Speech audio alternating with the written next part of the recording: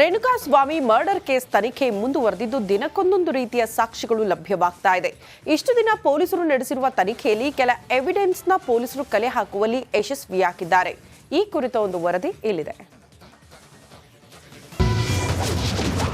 ದಿನದಿಂದ ದಿನಕ್ಕೆ ಚುರುಕುಗೊಂಡ ತನಿಖೆ, ಮಾಹಿತಿ ಸಂಗ್ರಹಿಸುವಲ್ಲಿ ಯಶಸ್ವಿಯಾದ ಕಾಕಿ.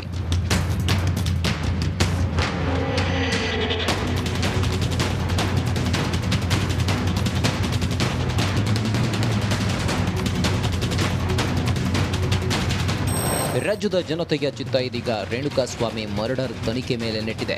ಹೀಗಾಗಿ ಪೊಲೀಸರು ಕೂಡ ಒಂದೆಡೆ ಕೂರದೆ ದಿನಕ್ಕೊಂದು ಸಾಕ್ಷ್ಯಗಳನ್ನು ಕಲೆ ಹಾಕುತ್ತಿದ್ದಾರೆ. ಈಗಾಗಲೇ ಹಲವು ತಾಂತ್ರಿಕ ಸಾಕ್ಷಿಗಳನ್ನು ಕಲೆ ಹಾಕಿದ್ದು ತನಿಖೆ ಮುಂದುವರೆಸಿದ್ದಾರೆ.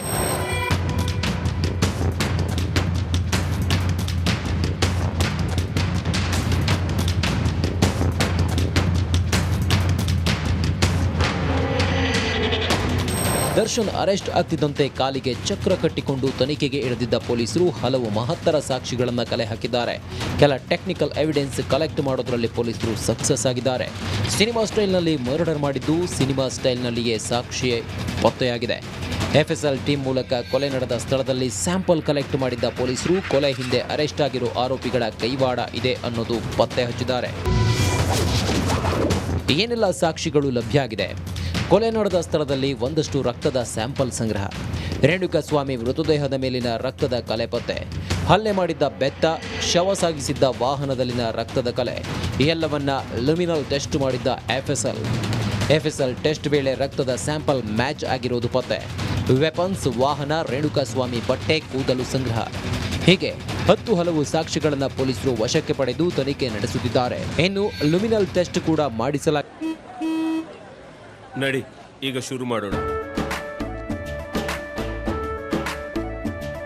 ಕೇಸರಿಯಿಂದ ಮನೋಲ್ಲಾಸ ಮನಸ್ಸು ಮತ್ತೇರಿ ಕುಣಿದಾಡಿದೆ ನೋಡು, ಮನಸ್ಸು ಮತ್ತೇರಿ ಕುಣಿದಾಡಿದೆ ನೋಡು.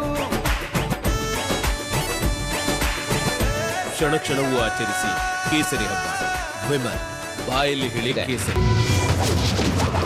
ಲುಮಿನಲ್ ಟೆಸ್ಟ್ ಅಂದ್ರೆ ಏನು? ಕೊಲೆ ಕೇಸ್ನಲ್ಲಿ ಆರೋಪಿಗಳು ಸಾಕ್ಷ್ಯ ನಾಶ ಮಾಡ್ತಾರೆ, ವೆಪನ್ಗಳು ಕೊಲೆ ನಡೆದ ಸ್ಥಳ ಕ್ಲೀನ್ ಮಾಡ್ತಾರೆ, ರಕ್ತದ ಕಲೆಗಳು ಕಾಣಬಾರ್ದು ಅಂತ ಕ್ಲೀನ್ ಮಾಡ್ತಾರೆ. ಎಷ್ಟೇ ಕ್ಲೀನ್ ಮಾಡಿದ್ರೂ ಲುಮಿನಲ್ ಟೆಸ್ಟ್ ವೇಳೆ ಗೊತ್ತಾಗುತ್ತೆ. ರೇಣುಕಾಸ್ವಾಮಿ ಕೊಲೆ ನಡೆದ ನಂತರವೂ ಸಾಕ್ಷ್ಯ ನಾಶಕ್ಕೆ ಯತ್ನ. ಘಟನಾ ಸ್ಥಳ ಹೊಡೆದಿದ್ದ ಸ್ಟಿಕ್, ಹೆಣ ಸಾಗಿಸಿದ್ದ ಕಾರು ಕ್ಲೀನ್ ಆಗಿತ್ತು.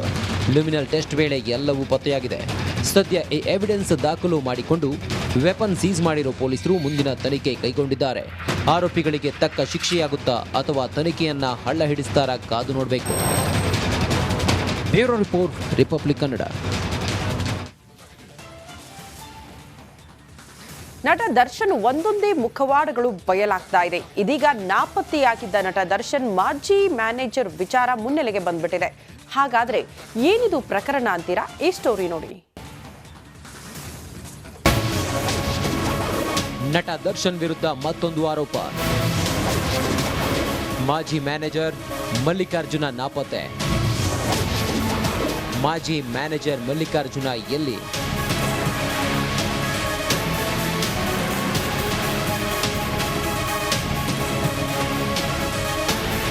ಕೊಲೆ ಕೇಸ್ನಲ್ಲಿ ನಟ ದರ್ಶನ್ ಪೊಲೀಸರ ಅತಿಥಿಯಾಗ್ತಿದ್ದಂತೆ ಹಳೆ ಪ್ರಕರಣಗಳು ಕೂಡ ಒಂದೊಂದಾಗಿ ಆಚೆ ಬರ್ತಿವೆ. ಇದೀಗ ದರ್ಶನ್ ಮೇಲೆ ಮತ್ತೊಂದು ಹಳೆ ಪ್ರಕರಣ ಸದ್ದು ಮಾಡ್ತಿದೆ. ಹೌದು, ಗದಗ ಮೂಲದ ಮಲ್ಲಿಕಾರ್ಜುನ ಎನ್ನುವವರು ನಾಪತ್ತೆಯಾಗಿದ್ದಾರೆ. ಅಂದಹಾಗೆ ಈ ಹಿಂದೆ ಮಲ್ಲಿಕಾರ್ಜುನ ಸಂಕನಗೌಡರು ದರ್ಶನ್ ಮ್ಯಾನೇಜರ್ ಆಗಿ ಕೆಲಸ ಮಾಡ್ತಿದ್ರು.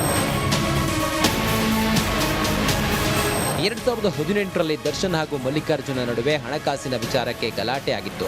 ಸಿನಿಮಾವೊಂದರ ಹಕ್ಕು ವಿತರಣೆ ಮಾಡಿರೋ ಹಣವನ್ನ ತೆಗೆದುಕೊಂಡು ನಾಪತ್ತೆಯಾಗಿದ್ರಂತೆ. ಇವಾಗ ರೇಣುಕಾಸ್ವಾಮಿ ಕೊಲೆ ಕೇಸ್ನಲ್ಲಿ ದರ್ಶನ್ ಬಂಧನವಾದ ನಂತರ ಮಲ್ಲಿಕಾರ್ಜುನ ನಾಪತ್ತೆ ಬಗ್ಗೆ ಸಾಕಷ್ಟು ಅನುಮಾನಗಳು ಕಾಡ್ತಿವೆ. ಇನ್ನು ಈ ಬಗ್ಗೆ ಮಲ್ಲಿಕಾರ್ಜುನ ಸಹೋದರ ಬಾಬು ಸಂಕನಗೌಡರ್ ಅವರನ್ನ ಕೇಳಿದ್ರೆ ಡಿ ಗ್ಯಾಂಗ್ನಿಂದ ಯಾವುದೇ ತೊಂದರೆ ಆಗಿಲ್ಲ ಅಂತಾರೆ. ದರ್ಶನ್ ನಾವು ನಮ್ಗೆ ಏನೋ ಇಲ್ಲ, ಸಮಾಧಾನ ಇಲ್ಲ. ಅವನಿಲ್ಲಿ ನಾವು ಎಷ್ಟೋ ದಿವಸದಿಂದ ಅಲ್ಲೇ ಕೂತ ಇದ್ದ, ಅಲ್ಲೇ ಇದ್ದ. ಇಲ್ಲಿ ಯಾವಾಗ ಅವ್ನು ಬರ್ತಿದ್ದ ಹೋಗ್ತಿದ್ದ.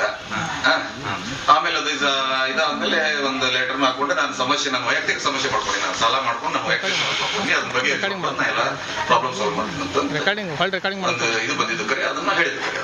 ಒಟ್ನಲ್ಲಿ ಹಳೆ ಪ್ರಕರಣ ಮುನ್ನೆಲೆಗೆ ಬಂದಿದ್ದು ಮುಂದಿನ ದಿನಗಳಲ್ಲಿ ಈ ಪ್ರಕರಣ ಯಾವ ರೀತಿ ತಿರುವು ಪಡೆದುಕೊಳ್ಳುತ್ತೆ ಕಾದು ನೋಡಬೇಕಿದೆ. ಮಂಜು ಪತ್ತಾರ್, ರಿಪಬ್ಲಿಕ್ ಕನ್ನಡ.